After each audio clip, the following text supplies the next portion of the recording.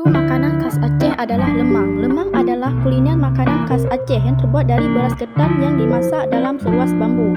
Setelah sebelumnya digulung dengan selebar daun pisang. Gulungan daun bambu berisi kerap beras ketan dicampur santan kelapa ini kemudian dimasukkan ke dalam seruas bambu lalu dibakar sampai matang.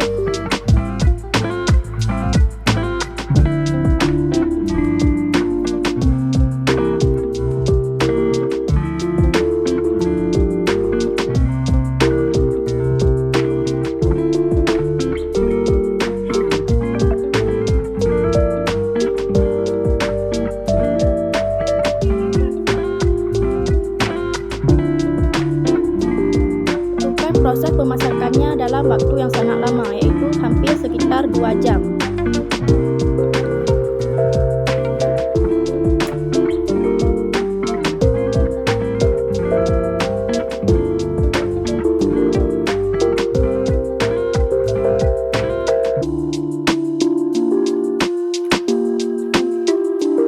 Aceh diburu masyarakat saat menjelang memasuki bulan Ramadan dan saat hari raya.